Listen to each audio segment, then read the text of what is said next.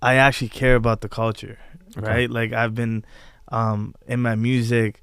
I used to, like you're getting paid to work, so I wouldn't worry about what people are saying in the lyrics. But now that is important. Are we putting out the wrong message out in the world? What are we saying to the world? And because Punjabis, that the culture is such a rich culture, it's that needs to be represented.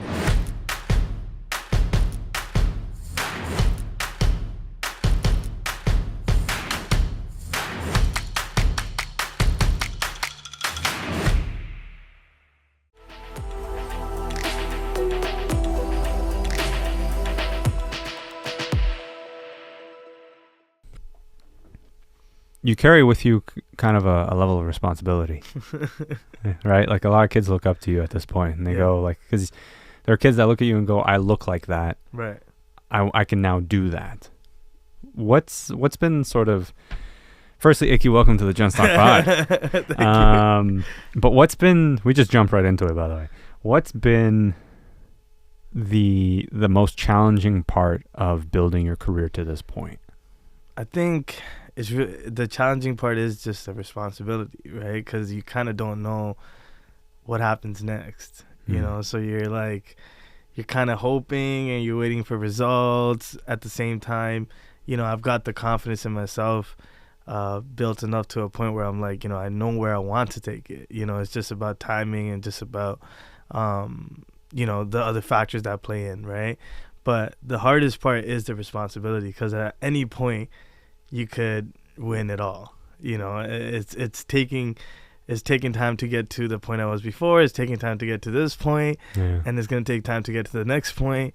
But it's not going to take time to mess it all up. Yeah, you can lose it all a lot faster than second, you. Yeah, right. So it's that part, is becoming more responsible and more aware of the responsibility that you hold, of the words in the songs, or the stuff, because it all comes back to you. So I think that part has been the most challenging part, but at the same time it's like the perfect challenge to have. So how do you I'm always fascinated, how do you maintain, how do you rein in that responsibility? How do you make sure that you stay on the other side of crossing that line and saying something stupid or messing something up that can hurt your career? Because you're also essentially responsible as an entrepreneur, right? Not just for yourself, but you've got now a team around you that basically, as long as you're an artist, they continue to have employment. Exactly. So you're responsible for that too. Yeah. How do you balance all of that? How do you keep it in? It's trial and error, right? It's like I feel like my parents' morals is when that kicks in. There's never a risk that I'm not willing to take, but choices are something that you can definitely dictate, and my parents have always been on the side of, it might take longer to do something, but do it with the utmost respect to yourself and the people, like you're saying, the teams and the people that are relying on you, and I feel like, it's like, I think it's common in the world to know what's the wrong thing to say, it's pretty common. Sometimes we get hit. Common sense is not always common. Right? But it's I guess certain things maybe politically correct or politically not correct. Like I think I've seen myself kind of grow away from all of that and grow just purely into the music, that I only really care about the music and where the music takes not just me but the whole Punjabi culture, and so in those terms I try not to stick my head into too many things, just keep focused on what I know I can do best. Have you always known that you wanted to pursue this career? Yeah. Were your parents always supportive of that? Oh, super. Like my dad got us into it. Oh, really? Yeah. Okay. So what's the story there?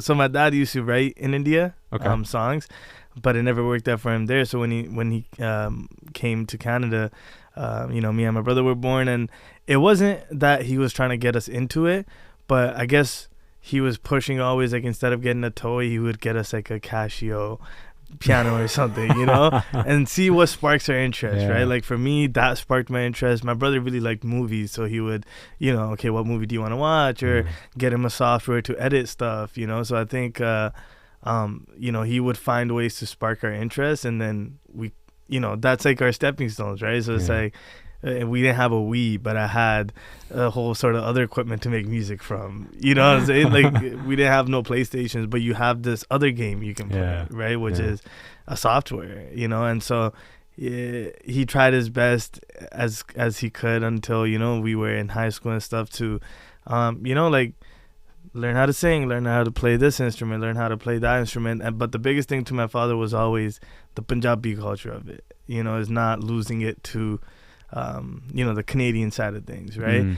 But that's where I feel like, the world's changed for a guy like me, where I was a Canadian-born kid who was super influenced by my father's Punjabi roots, so then you get something new, so a lot of it goes to my parents who brought this out of me.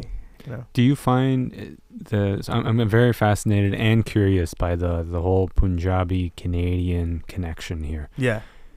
Was there ever a point where you found living both identities was conflicting with each other? No, I think it's funny because I used to I've always been around older folks, right? And they always said that they probably went through some sort of racism in this country or something. But I didn't feel racism until I went to Florida to school, right? That was my first time. Right. I was like, 18 or 19. For the rest of my life, I don't recall my parents ever getting any sort of racism that I would remember. Sure, yeah. But I know I did it, So I feel like it was like the right place to be for me, It gave me the two cultures as purely as it could. Without someone trying to tore down one or the other. My family didn't say, oh, you guys are becoming too Canadian, and no one Canadian said, you guys are brown. Right, So it's like, I never felt that way. If I had, maybe there would have been, I don't know if that would have motivated to do more, or maybe would have bashed me down to do nothing at all. But that's an if that I'll never know. Yeah. So, okay. So you go into the music career, or in the music industry rather, and you've got the support of your parents. Yeah. Is there room in this industry in North America for Punjabi artists? I mean, like, there's a global appeal to it. Right. Right? And not just in that region, but across other regions as well. Right. In North America in particular, are you seeing support, or do you feel like this is just a stepping stone to the global stage? Yeah, no, see, when I came, I was 17 when I had my first hit, right? And that time it was like, okay, India certifies, from wherever you drop this record, India will certify first whether or not this is going to become a global hit, you know? You mean like the Punjabi community? Yeah. Like, it's one thing that people were here listening to it, but if it blows up in India, then it blows up everywhere else. Right. The Punjabi music, right?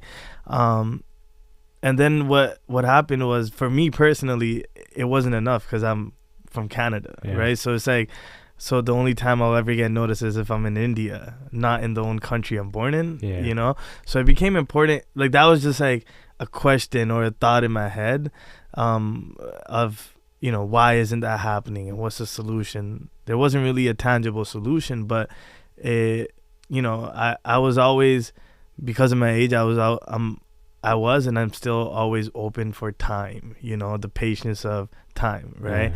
But at the same time, I felt like no one else at that time is willing or is able to talk in English as much as Punjabi, So I used all my Punjabi efforts, and I was like, all right, now it's time to use my English efforts, So I'm in Canada. I teamed up with Coalition Music.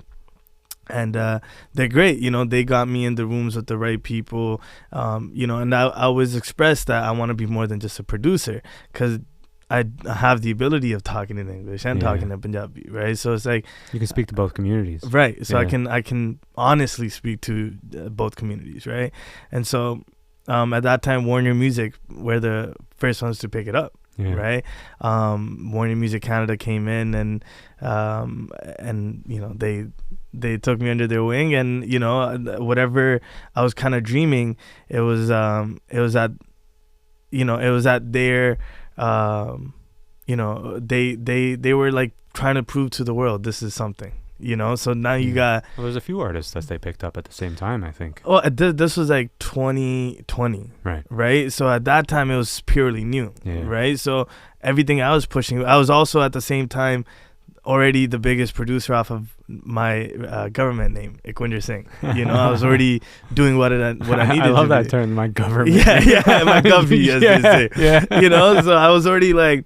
All right, top of the world, top of the food chain in that sense, and but there came that responsibility, right? It's like, okay, cool. So now I'm sticking with the major label, but at the same time, what if it's not me? What if I wasn't the secret sauce? It was like, I don't know, maybe it was the writers, or I maybe just got the right compositions at the right time. And a lot of self-doubt, and it was self-doubt in a way that it was like, okay, like if this is gonna be forever and you're gonna start to sign deals, or if you're gonna start to get other people involved, then you need to be sure, right? So I changed my name to Ikky, right, and try to go from ground zero again. So but that's where Warner was there for the support. It's like, let's start from ground zero. Let's start. Were you Ikky when you signed with Warner? Or I signed after? and then became Ikky. Okay. Like the first record that came out with Warner was under Ikky. Okay. Right. That's a bold move. Yeah. Like to get signed, like to work your way up to the point of getting signed by a label, and then deciding, you know what, I'm gonna do this differently. Right. Because the game had to change. You know what I'm saying? There was so many things I didn't like. That were attached to the Ikky Singh, like what?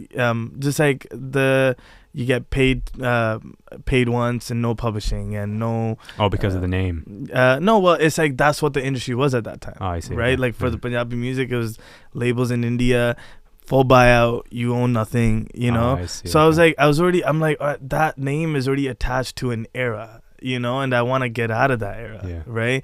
And again, to also prove to myself, it's me or it's not, so going into Ikky, then brought along the right artists, and because I was already tapped in with the big artists, and now it's just time for me to start proving myself again. And that obviously that oil, the engine ran faster than I thought it would, and I just did my thing in that sense, right? Where I went to Warner. Okay, now I brought X artists, and then I brought XY artists, and start building that kind of community. And Warner, the guy who signed me was the president. His name was Steve Kane, and then they had a whole company shift, and now it's Kristen Burke, and she's been a big big part of all of this, right? It's like understanding and wanting to educate yourself with the scene, right? Because it's more of just Canada's the first to pick it up. Well, it had to be Canada. Canada has the most Punjabis. I was gonna say it's outside of India. A large population, yeah. Exactly, right? So, but it comes with education. I have to learn the system to explain to my artists, right, to the Punjabi artists, and the label has to learn our system, and what are we talking about, and what are we saying, and how and why should we go global, so it's like, I think the support of having Warner gave us a chance to explore beyond India, right? And then came with that Spotify. Nate, he picked up on Punjabi music early. This is all like 2020. I got, as a Punjabi person, I got the first Billboard up on Young and Dundas. No way. Like it was so early, that it was like it was like all a risk, because it like I bring up Spotify because YouTube was our biggest platform, but YouTube was it's not paying you, or people are it was easy to inflate YouTube numbers, and it was becoming such a competition over like if you don't hit 100 million views, it's not a good song. Like insane. Which is insane. No, like that it was the wrong metrics that became an issue, right? So okay, all right, let's team up with Spotify. I'll take 1 million. Yeah, right, exactly. So then we team up with then we educate Spotify, and Spotify educates on their platform, and now the whole community is Spotify based. No one cares about YouTube numbers anymore. Everyone goes to your Spotify first, right? So it's like, it's those early things that I feel like, the problem wasn't that our guys couldn't do it. My peers just don't have the English for it. Okay. you know, to express themselves. Yeah. But I was, I think my importance in the community was I'm good with every artist, whether or not they beef between each other, you know. So I had the ability and their. You're like the ambassador for this. Yeah, right. I was kind of their voice, you know. Yeah. It's like, okay, Ikky, this is what I need at this part of my career. Go get it. Do you want that responsibility? I like it. You I like like it? it because it's. I was telling someone I think I'm a gatekeeper, you know, but with gatekeeping comes like the responsibility you're talking about. I actually care about the culture, right? Like I've been in my music.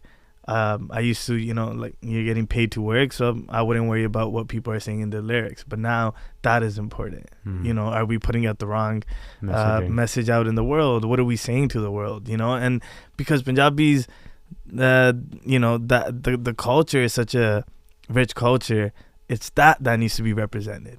You know, so I feel like it's important to do that the right way, because you don't want somebody selling it to the Western world without, you know, the love of it. You know, you don't the Western world might leave out all the morals of it just because it's a money making scheme now, right? But with my responsibility, it's like, all right, the right people talking about it and not too many people talking about it. You can't get everybody involved. The right people need to get involved, you know. So I feel like that responsibility is huge, but at the same time, it's like what's something I'll look 30 years later and go like, I'm glad I'm proud I did that. Yeah. You know. Is there what is the messaging? What's the Punjabi message? Is that even the right way to ask that question? Like, what's the message that you want to? It's vague, but the message is like, you know, love and care and respect for each other.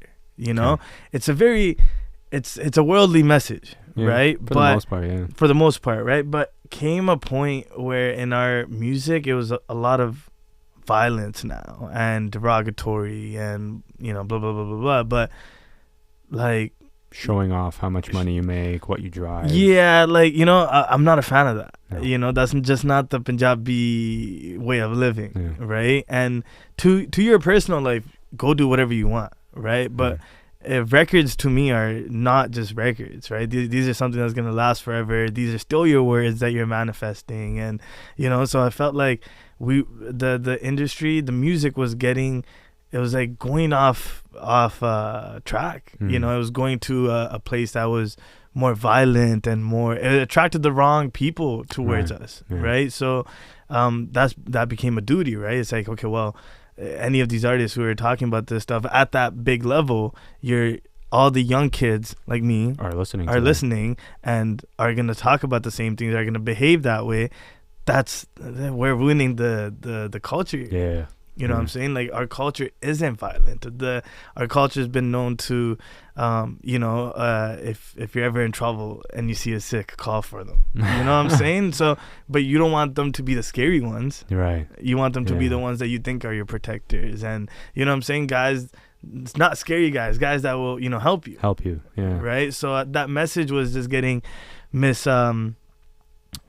yeah, it was to me, it just felt like we're on the wrong pace, you know. So are we still heading down that wrong? No, see, like the shift. That's what I'm saying. The engine just started rolling way quicker than I thought it would, you know. But it goes to show that, you know, someone's got to start it. You know, I'm not saying I started it, but I definitely pursued it with the biggest artists, because it's what trickles down, right? The biggest artists are gonna do something, and then everybody else follows.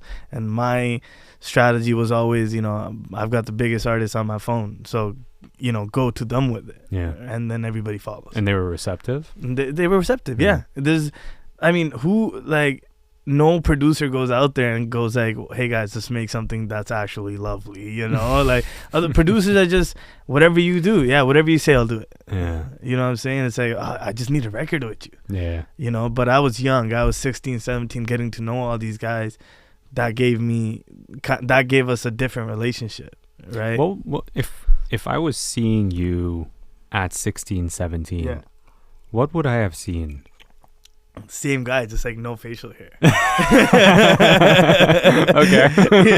I was still like, you know, in the beginning, you need to make money. Yeah. Right? So I was 16, 17 was that, okay, to make money, you're going to do whatever, you know, pushing out 20 songs a month, and do they mean anything? No. You know what I'm saying?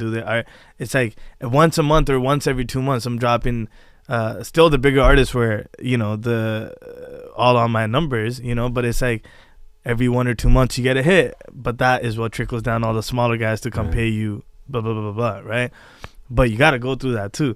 I don't know, I felt like for me and my career, I had to go through that. It got me ready for this point to know what I want and what I don't want, and to have this sort of financial stability at that time to go to school and help my parents out, blah, blah, blah, blah, blah, to now to the point where it's like, it's not about the money anymore. Now it's literally good music. Because let me ask you a question there. Did you grow up with money? I didn't, no. So now that you're in a position where you're making money off of your career, how do you, I've seen money ruin people, not just artists in any field.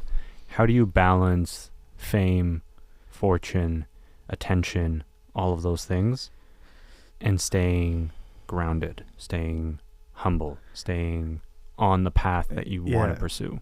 You see, I think I started music at 4 years old, right? So in a sense, it's my life. You know what I'm saying? I'm nothing without music, right? So I didn't come into it for a reason of getting the fame or getting the fortune. That was for Punjabi, and Punjabi is still vague, but let's just say even our intermediate family, like my dad's brothers or whatever, they didn't think it's a viable financial kind of career. Which is why I asked if your parents supported it. Right, you know, but I think that's what they saw, right? Is they saw that my dad always said, like, you know, you work hard now so you can play later. You know, don't play now and work hard later. Yeah. You know, it's like do whatever you do in the full give it your 100%. You know, so that's what he instilled on me. So now when we're in that point where this is more money than my parents probably made in their whole life, you're not thinking of it like money. You know, to me, my money is my parents' money. You know what I'm saying? Because they put me here, right? Yeah. So whatever I do is like, okay, I pay their mortgages, pay this, boom, boom, boom, got my dad retired. It's like, it's for you, you know, and I'll keep earning for your interest, for my interest, to only experience new things, you know, and not think about, like, by the time I'm 30, if I have all the cars, then I'll be miserable. You know, I won't know what car to get. There won't be any other, I can't build a car, you know? And so it's like, I'm gonna try to stretch this out as long as I can, you know, to get a Rolls Royce at a good time, and to get a Range Rover at a good time, to get you know what I'm saying? To have the confidence in yourself, you know, this is gonna last as a career, you know, not 5 years and so let me make my money right now as fast as I can. No, it's like, if you believe in yourself, you know, and don't just believe in yourself. If you're putting in hopes, get some results too. You know, like make sure you're not spending 10 years on working on something that it's not going anywhere. Exactly. Right. So I think that the balance, someone asked me this and I was like, I don't think I know the answer, just because it's not a part of my life. You know what I'm saying? It's cool, you know, like even between me and my managers, I'm not asking when's this money coming in, because first of all, I'm not dipping toes into something I can't afford. You know what I'm saying? You're not doing too much. Then now you're stretched out and you're like, I need that money yesterday. Exactly. Right. So it's like, I'm gonna just make music. A lot of artists don't know how to balance that. They see the money come in, they're like, what's the first thing I could buy and how expensive can I go? Right. Well, because their greater cause is to make the money. Right. You know what I'm saying? So your approach is make the music, the money is the side effect. The money is the beautiful side of it. You know what I'm saying? Like, if the music isn't great, the money's not great either. No, you know what I'm saying? So why not focus on the thing that is going to make that money? You know what I'm saying? So when you forget about the money, then you're working on this craft and you're trying to better the craft so the money is better, and then you're bettering the craft even more and the money is better. Do you ever find that you make your music, or when you're in the studio and you're working, do you ever find yourself fine-tuning your music based on what you think will make money and less so for the art? No. That's like kind of like same thing as people say, are you a perfectionist? You know, like it's like, what's perfection? Is there a certain amount of dollar that's supposed to say this is perfect? 100 million views on YouTube. Is it right? Is it enough? You know, like I think also as well, there's a lot of artists there there are a lot of artists in the world, great vocals and way better producers than me, right? But the gift really is the connection with the people. You know what I'm saying? That's the gift. They're the ones paying you to do all for them. It's all for them, right? So it's not like you avoid what people's thoughts are, or how much money is this gonna make you. You kind of have to have that. I think it comes with growing, right? Like for me, it's that Canadian Punjabi. Now that's something you can sell. Right, that's something that no one has sold here. Yeah. So you that's the gift. You know, I'm able to connect to a Canadian community as much as a Punjabi community. Absolutely. Yeah. Right. Yeah. So it's like that's something that you can't learn or build, or you know. So some people are gonna have it, and some people are just not. Yeah. You know, and time will tell how long I have it. Sure. I mean, like you said, at any point it can all just disappear. Exactly. Yeah. Like anything can happen. I mean, you might wake up tomorrow and go, I, for the life of me, can't think of the next tune or the next beat or the next song, whatever. Exactly. And then it's just scrambling. So in those moments, yeah. when you're struggling, you know, like you're in the studio or you're at home, you're in your space, you're in your element where you are most creative, and nothing is happening. Mm-hmm. Nothing is coming to you. What do you do? It's called, like, it's just another day, you know. You can't see, that's the thing with art, right?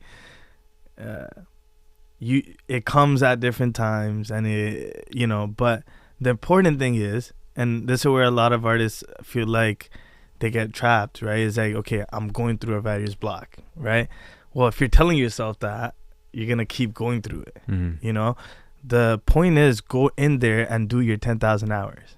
You know what I'm saying? So even if that spark isn't there, I'm still gonna try to do something with it, you know, to just get my practice in. Yeah. Right. Keep like, it's like repetition. Right. So at some point it'll come back. If I just tell myself I have nothing coming to me, that's okay, you know. But if I keep saying it's not coming to me, I'll try it later. Yeah. That later might not ever come. Sure. Yeah. Right. Because you're constantly 10,000 hours is a lot.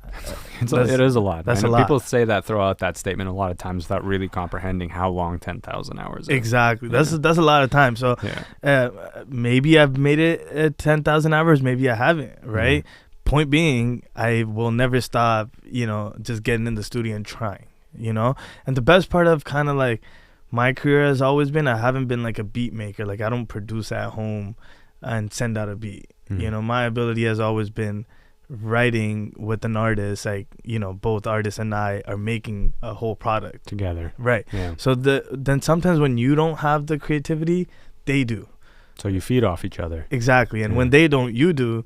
So at the end of the night, you might come up with something that's still beautiful. Yeah. Right. So it's like, it's a bit of like, you know, see, I have a team, right? I have Millen, Sandy, Kofo, Jamal, Zach, a whole team of producers and musicians that are, you know, I like to call the better halves of me. You know what I'm saying? So when I'm not on my A game, they are. Yeah. And they expect me to come in and, you know, bring Karnaz, bring Diljit, the biggest artists. Like, you know, they get to tap into a whole new world that they've never experienced.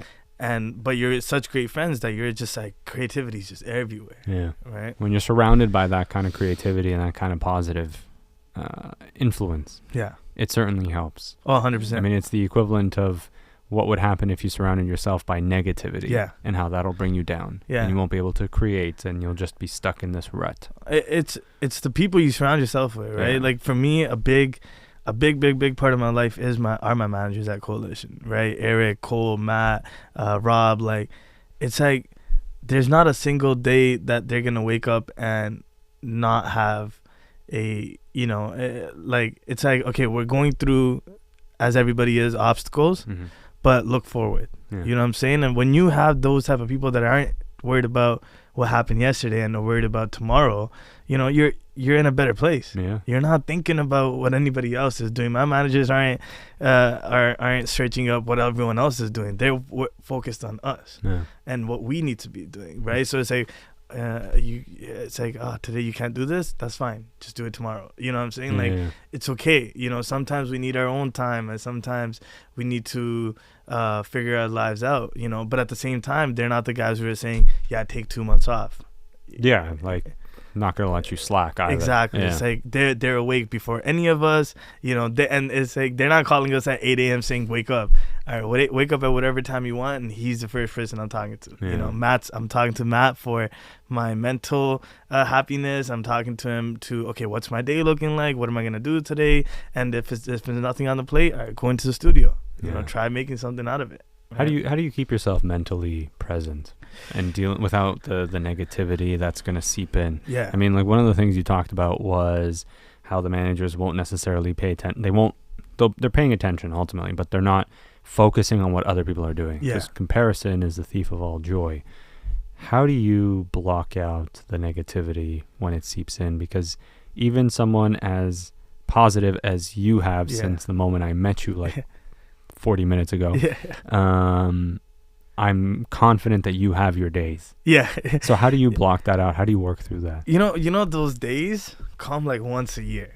It's okay. It's like you're lucky. I am, dude. Like I don't think I would have been 90% of who I am without being this positive and happy. Yeah. I think I get that trait from my dad. My dad never let anything.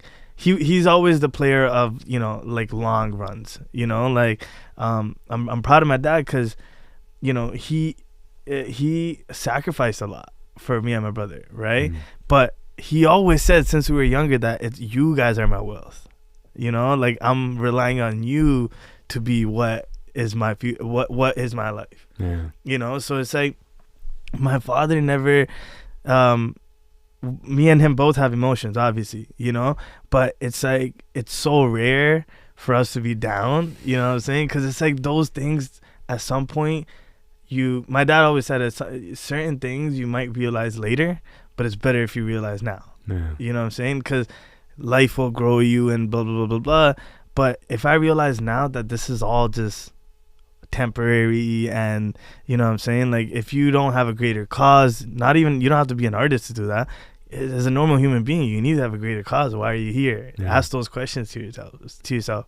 My dad was always like not into the things that don't fucking matter. Sorry, I'm allowed to cuss? Okay, my dad was never into things that don't matter, you know. It's like someone got a house, okay, you know what I'm saying, when we're able to afford one, we'll get a house too. You know, there's no comparison.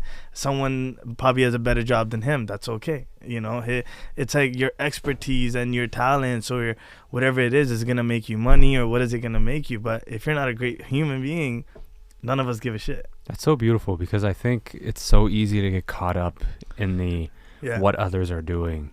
You know, like I'm guilty of that too. There'd be times where I'd open up my Instagram or TikTok or whatever, and I see someone in the same space as me or doing something similar, and then I see them do this like really cool thing, and I'm just like, fuck, what have I done recently? And then it's like this constant battle of how do I rein my mind in and keep track. So I keep this little log, this mental log of things I've accomplished. Right. And then I remind myself, you've done A, B, C, and D. You should be proud of those. Because it's easy. Like you're constantly surrounded by success stories online. And it's always this reminder that social media is just a construct of what people want you to see. You know what I mean? And so that's what we do, right? We only show people what we want to show. What we want them to show. Right? And social media is kind of is an enemy. Is a social enemy, you know, to a lot of people's downsides or their down days, you know, because you might already have a bad day, and now you go on Instagram and have an even worse day. Yeah, you see everyone else doing something. Like I mean, like I just imagine if someone gets laid off from their you know, favorite career job or whatever the case may be, or a project they're working on doesn't work, and then they go on Instagram for distraction and they see so and so, you know, just signed a new deal or whatever, and you're just like, fuck, why couldn't that be me? You know, and that stuff compounds. Right? And then there's a negative comment and all those things. Right. Well, I usually just say, man, that's how confident are you?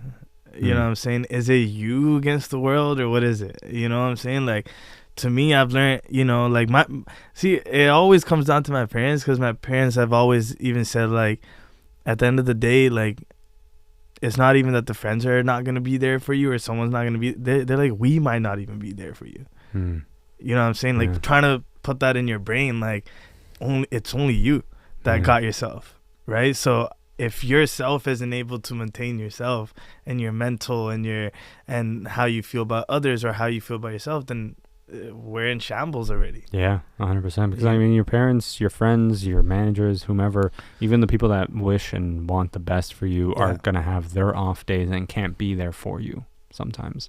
But you can't do that to yourself. No, yeah, you always have to be able to have, and that's why I really believe in a strong internal foundation. Exactly. That you have something to build off of, so that you're not just finding ways to distract yourself until you start to magically feel better. Exactly. See, you know, I feel like people go on trips alone, try to figure that out, and I urge most young people, you know, all the time is figuring that part out. Yeah. You know, it's like no one here is for you. You know what I'm saying? Like, there are really amazing people in my life. You know, everyone I pick and choose, it's very 0 or 100. Either we mess with you or we don't. Yeah. And if I mess with you, so do the 100 people behind me. Yeah. You know what I'm saying? And or people will come up with, you got to have a tight circle. No, my circle is a bunch of people. But guess what? We all know if I'm in buttfuck Greenland, I represent all of them. And sorry about Greenland. Yeah. or if they're in a different place in the world, they represent me. Yeah. That's what tight knit means to me. Sure. Yeah. You know what I'm saying? And like, it's like you want people. There was a saying that I always loved hearing. It's like, you want people in your circle who, if they're in a room and there's an opportunity, they'll put your name forward. Yeah. Even if you're not there, they'll speak highly of you. Right? So it's like, you know how they say, a reflection of you are the people you're around with. In your circle, yeah. That's it. Yeah. That's it. It's you so know what true. I'm saying? Yeah. I love myself, so do the people that are in my group. They love themselves. And that's how you grow ultimately together. You may not even be in the same industry. Yeah. But just having people like that helps, you know, water your plants. 100%. And helps you grow and blossom into whatever other area. Like, I have friends who, I don't think, I only have a handful of friends, good close friends in this particular industry. But I have a lot of really good close friends. One of them is a volleyball player. One of them is a banker. One of them does sports related projects.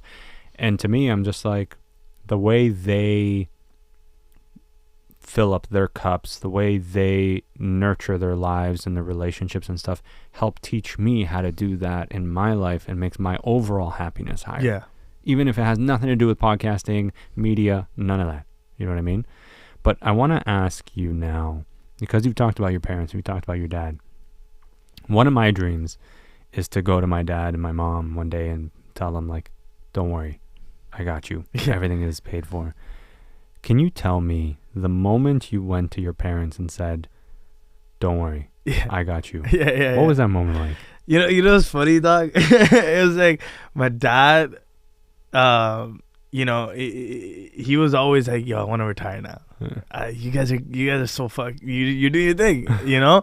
And I was like, but my dad it was kind of always in a funny manner, right? Like, it was constantly still, I will work as long as you need us to, you know what I'm saying? And then sadly enough, it was his brother's daughter's wedding, and he had a mini heart attack. Oh no. And this was August last year, right? Okay. And you know, I go with him to the hospital. This is mid wedding at the temple, you know. So it was just unfortunate timing, but you know, I was like, you know, I was also aware of the fact that, okay, you can't. My dad's like the source of the family here. You know, he's the guy. He's the glue. Yeah. So you know, you got to be really sure you can do it. You know what I'm saying? Because this isn't like, oh, do it for 2 years. I got you, and then you know. So, but that timing came. It was unfortunate for him that he had to go through that, but the timing of it all was at the time, everything. I was you know, my dad always said, until you can 2x something, if you're gonna buy a car, if you can't buy it twice, don't buy it once, you know. So I like that. Yeah. So to me, it was okay, if I can retire my dad, can I retire my mom at the same time? You know. And so it's okay, I was at that point where, okay, now it's not just one person I can retire both. So I'm gonna go retire one, you know. And so just kind of that, I say perfect timing, but again, it's unfortunate timing, right? But it was at that time I was like, yeah, you know what, Dad, you know, out of this hospital, you're never going back to work, you know. And I don't know, it was like what do you say? My dad is very much like me, where we just my brother and my dad, my brother and my mom, me and my mom, like super different relationships. Me and my dad are like the manly, you know, just a pat on the back and then go with it, right? Yeah. But what came with it was my dad always. I left the house when I was like 18, right? You know, and me and my dad have always been on, like, sometimes I was gone for like months at a time, and he doesn't call because he knows, because he's taught to work hard now and play later. So he's like, he has to go figure himself out. He has to do it all himself now. Yeah. I can't, like, as much as he could have helped, he did. So it's like now he's got to figure it out. So, but my mom is always call every day, check on you, blah, blah, blah, blah, yeah. Right? So my mom, my dad and mine relationship was at that, but he the times I would be back on, like, and let's say on a Saturday, Sunday, I go out, right, like with my friends or whatever, he'd be like, man, you don't spend time with me, right? So what that really brought home, his retiring, was essentially just more time with me and my brother and my mom, you know. So now it's like I love it, you know. It's like I feel like sometimes you resent your parents with kind of how you're growing, and you know, but now I love it. I'm just like, man, this is my dad, and you know, I'm gonna work every day for him, and I'm gonna come home and talk to him about this is what I'm going through at work, and he's not gonna give me logistical answers, but he's gonna morally direct me the right way, and I'll find my answer. Yeah, you know, so it's a beautiful feeling, dog. I didn't know that feeling could be as big as buying a house or buying a car, but you know, until my friends started saying to me, like, that's the goal, you know, is that I want to get my mom off of her job, or I want to get my dad off of his job.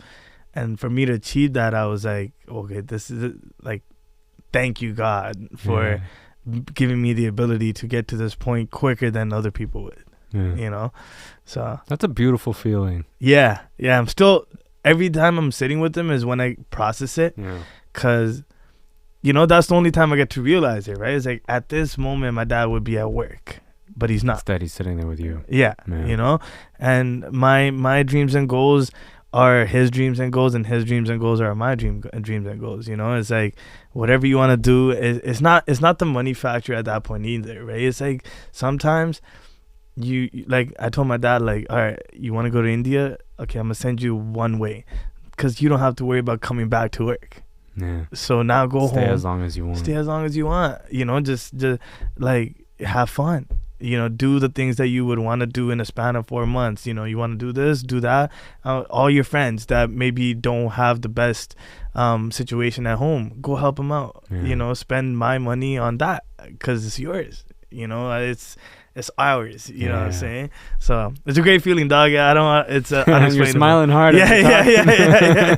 No, that's beautiful, man. I think a lot of us aspire to do something like that for our parents. Yeah. It's funny because the topic of parents just keeps coming up recently on this podcast, where we talk about, you know, fatherhood and, you know, living with your parents growing up, resenting your parents sometimes because you don't understand what they were doing at the time. Like, I know that for me, my parents were always at work, and I used to get upset with them for that, not understanding fully that if they didn't do that, we didn't eat.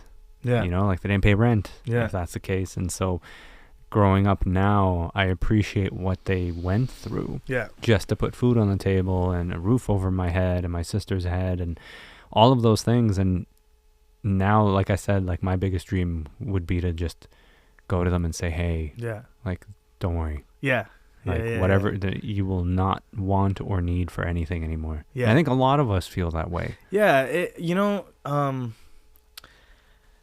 that depends on, I think, parents as well. Is if, you know, it's kind of like, you know, you've been talking about balance this whole podcast, right? And it's like I feel like as a parent, you got this responsibility as well. You know what I'm saying? Like to balance your life and then work and then kids, you know what I'm saying? Like it's definitely it's no one's ever, I feel like people that are married now in my group, and the guys who will have kids soon, you can ask them about fatherhood, but it won't really, I guess, hit until you have a kid. Yeah. You know what I'm saying? So struggling with that. Do you have kids? No. Do you want kids? Of course I want I figured as much. It's but that's the thing, right? You kind of have to figure it out as you go. As you go, yeah. Right? Well, that's how they did it. That's the part. Like, I think that's the biggest thing, is that a lot of times people don't put two and two together. That when your parents were being your parents, when you were still a dependent on them, it's not like they knew every single trick in the book. They were learning it every day with you, and every mistake that they made. Yeah. Is it any different than a mistake you make today? Exactly. Right?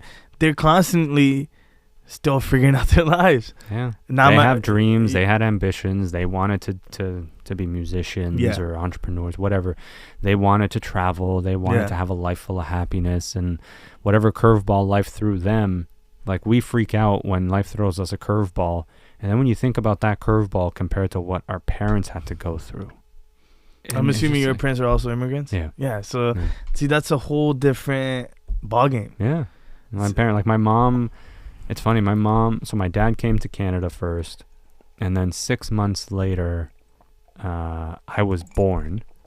And then 6 months after that, my mom came to Canada. She spoke no English. She was trying to make her way through the airport. So she had to go from Lebanon to Syria to fly out of Syria. So she had to go fly from a different country to get to Canada. Right. Doesn't understand the language. Walking around with a 6-month-old in her hand, trying to figure out how to get to Canada. And lucky that there was a really kind human being in the airport that saw her, asked her if she was okay. She explained to him in Arabic what the problem was. He's like, this is where you're going. This is how you get here. Yeah. And then came to Canada and was like, all right, let's figure this out. Let's figure it out. We got a 6-month-old. Yeah. We don't speak the language. Like, she sat there and she taught herself how to speak English with an Arabic English dictionary watching Oprah. Oprah would say something, she would flip the pages and try to and that's how she taught herself. And I'm just like, that's a different cloth these people were cut from. I went to Florida and I took my dad with me, right? This when I went for school. I took my dad with me, so when I was waving goodbye to my mom and my brother and whoever was there, was like, I wasn't upset, because I still had that one pillar with me, with my dad. Yeah. And then we get to Florida. My dad helps me set up my place. Boom, boom, boom. We're setting up a bed, setting up closets and shit. And then I would go drop. Like, I had an open ticket because I didn't know how much time I would need.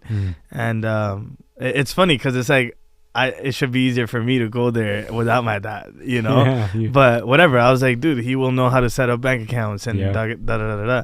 And so he goes, and then he goes like, yo, it's not for me. Like, I don't want to be here any longer. Like, I got shit to do at home. Send me back, right? So I send him back, and when I go to drop him off at the airport, I spent an hour just crying, because I'm like, this is hard, right? And I'm just migrating to another English-speaking country, and 3 hours away, 3 hours of a flight away. And I'm like, that's sort of when I started realizing, my resentments are, it's like, it's not that they're not meaningful, but they're probably not the most, you see them differently. Exactly, right? Your perspective changes. And I was like, I suck at just doing this. I'm crying without my father as a man at that time, right? So how did he do it? How did my mom do it? How did my mom's parents do it? How did all these people do it? So you gotta, I think the more I grow, the more I start becoming aware of not just my parents, but aware of everybody, that my life is hard, and sure, I have the ability to keep myself up and positive, right? But not everyone does. But being aware that your life is not any more or any less harder than someone else's, I think it changes the whole world. You know what I'm saying? When you start putting away the fact that it's only you are going through it. You know what I'm saying? Like, everybody consistently, even when you're Drake, you still have the next deal that's a problem. You still have someone that's better than you. You're always going to compete. You're always going to, but if you're aware of of everybody around you, that they're also human beings as well, who have a story behind them. You know, it's like, then, you know, you kind of forget the resentments and hate and all. Suddenly you're not caught up with the nonsense and the things that polarize us and separate us and all of those other things. Right. 8 billion people on the planet. That's 8 billion stories. That's 8 billion stories. Stories to be made. Stories that are still in the works. You know. So it's like, can you really blame? Like, I'm not gonna empathize with people that are out for hate.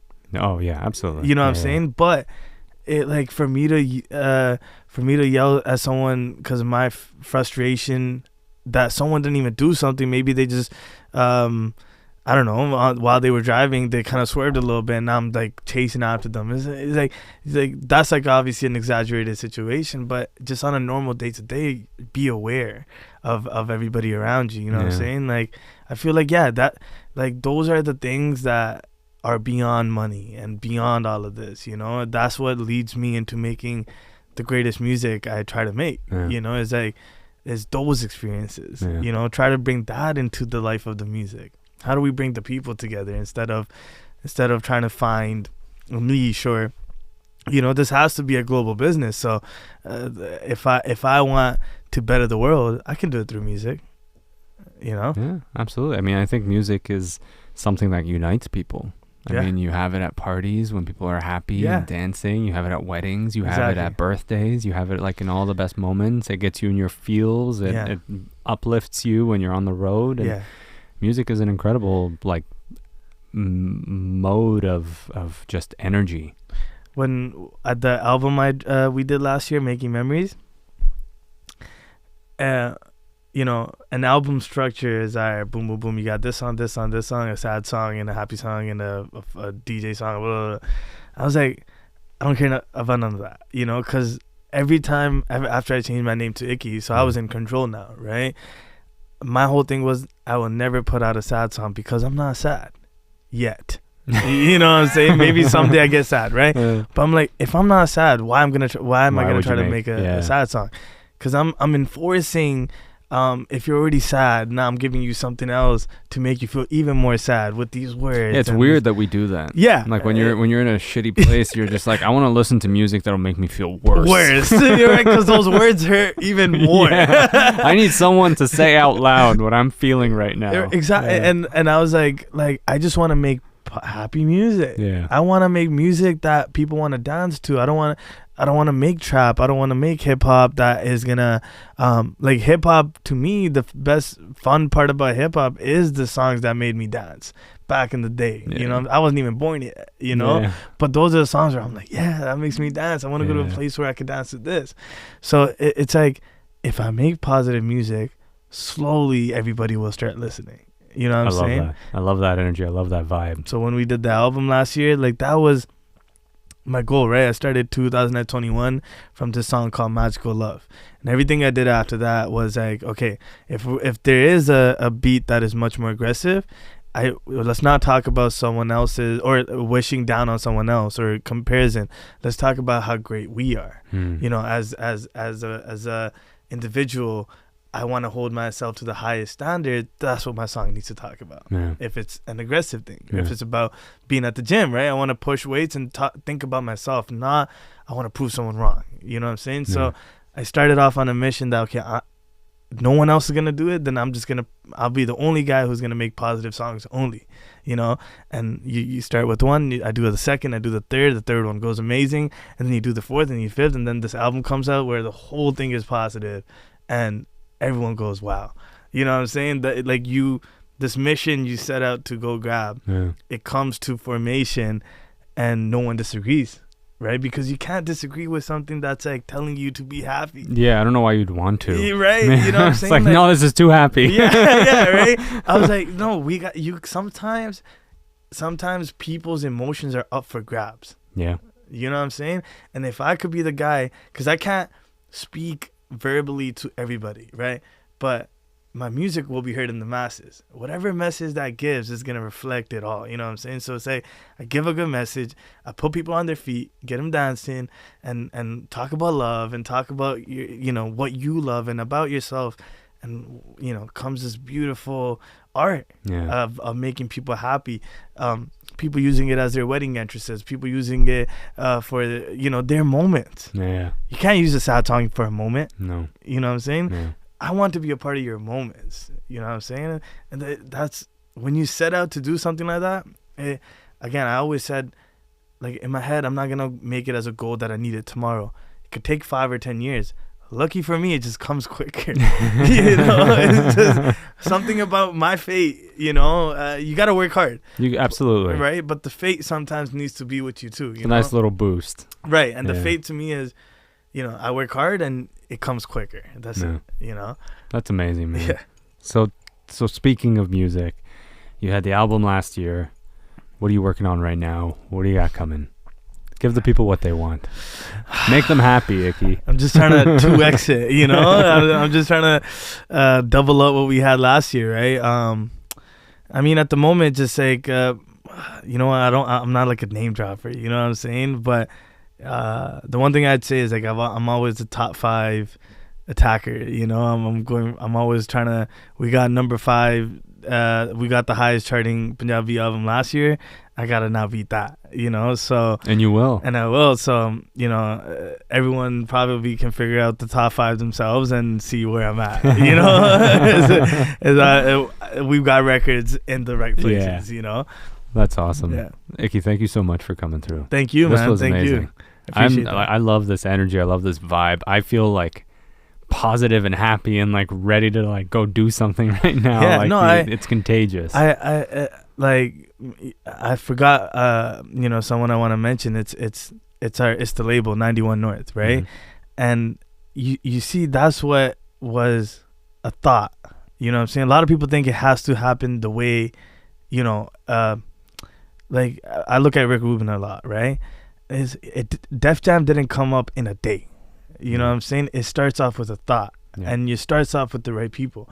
And I started off at Warner in 2020 as a producer, trying to knock down doors, trying to bring the right guys in, blah, blah, blah, blah, blah, all the way to now a major label forming a label that is, engaging or is towards South Asian artists. Never heard of that before.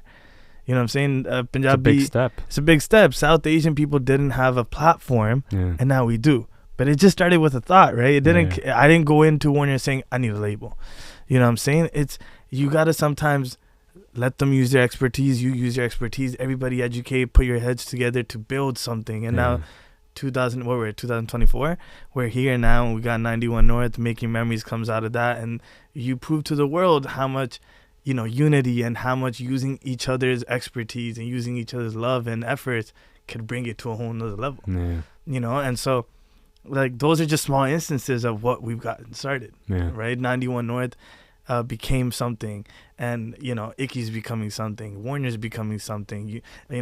Everything is like you kind of gotta be. You can't just rely on other people to bring it for you. Bring in a thought. Just bring in like something that sparks something in someone else. And it starts as quick as a thought. Exactly. Yeah. If you don't even come up with that, then now you're just waiting for someone else to do it. Yeah. Right. So just like it's don't always. Don't be afraid to put yourself out there. Exactly. Just give your thoughts out. Who cares if no one listens? Yeah. You know what I'm saying? But someone might. Yeah. And you never know what happens. And that's the story of my life. It's always been put it out there and someone might listen.